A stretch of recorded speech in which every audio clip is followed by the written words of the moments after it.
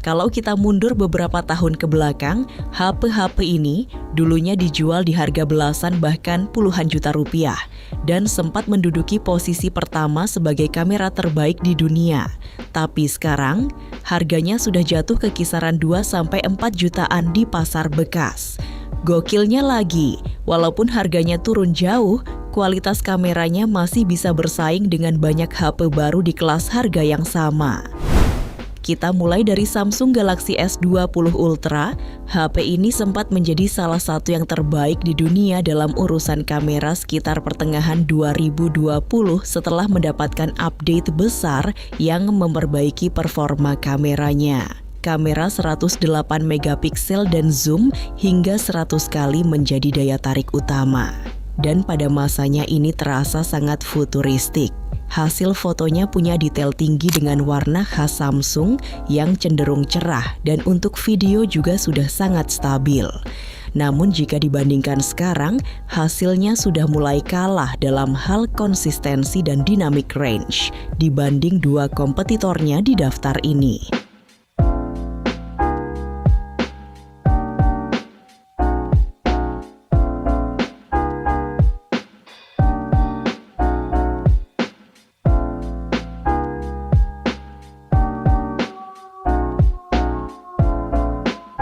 Setelah kameranya, HP ini ditenagai chipset Exynos 990 dengan skor Antutu versi 10 di kisaran plus minus 450.000 sampai 500.000 dengan RAM 12GB dan pilihan internal 128GB atau 256GB yang masih cukup lega.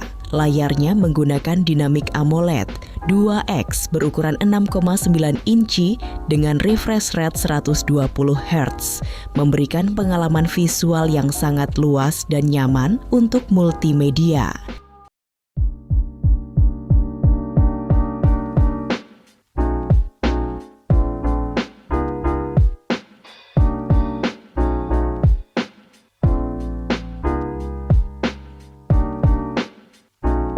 Baterainya 5000 dengan fast charging 45 watt.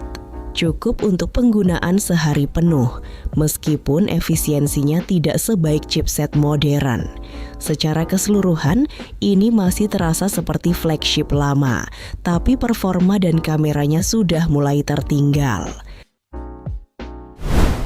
Naik ke posisi berikutnya ada Huawei P40 Pro yang sempat menduduki peringkat pertama kamera dunia sekitar Maret 2020 dan dikenal sebagai salah satu HP dengan kemampuan fotografi terbaik, terutama di kondisi minim cahaya. Huawei menggunakan sensor RIYB yang membuat penangkapan cahaya jauh lebih maksimal dibanding sensor biasa, sehingga hasil night mode-nya bisa terlihat seperti siang hari. Foto yang dihasilkan juga sangat konsisten, tajam, dan memiliki dynamic range luas. Bahkan sampai sekarang, banyak yang menganggap hasil kameranya masih lebih unggul dibanding HP mid-range terbaru.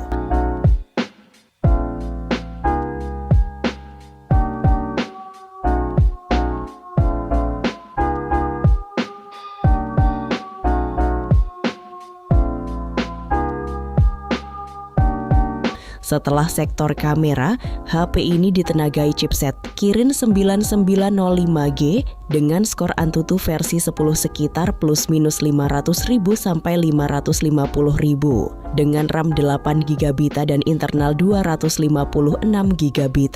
Layarnya OLED 6,58 inci dengan refresh rate 90Hz. Masih nyaman walaupun tidak setinggi 120Hz.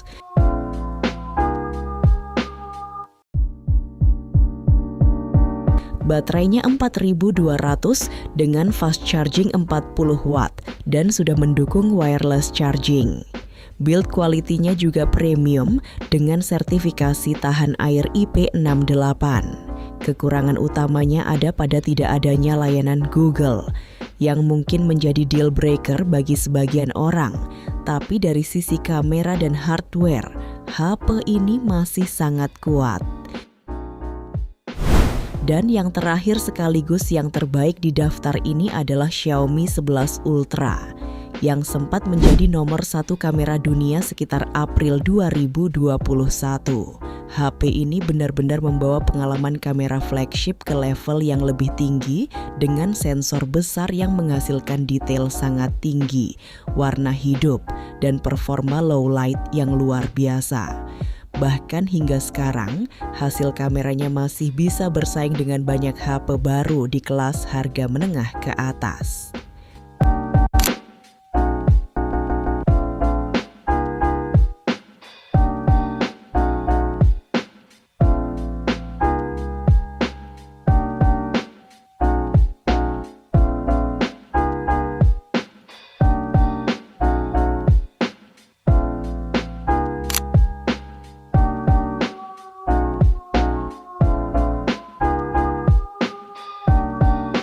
Selain itu, desainnya juga unik dengan adanya layar kecil di bagian belakang yang bisa digunakan untuk berbagai fungsi, termasuk preview kamera.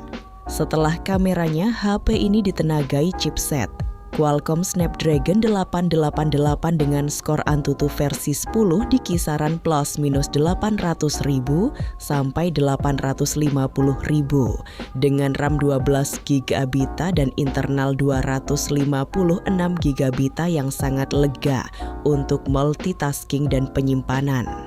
Layarnya AMOLED 6,81 inci dengan resolusi 2K dan refresh rate 120 Hz, memberikan tampilan yang sangat tajam dan smooth.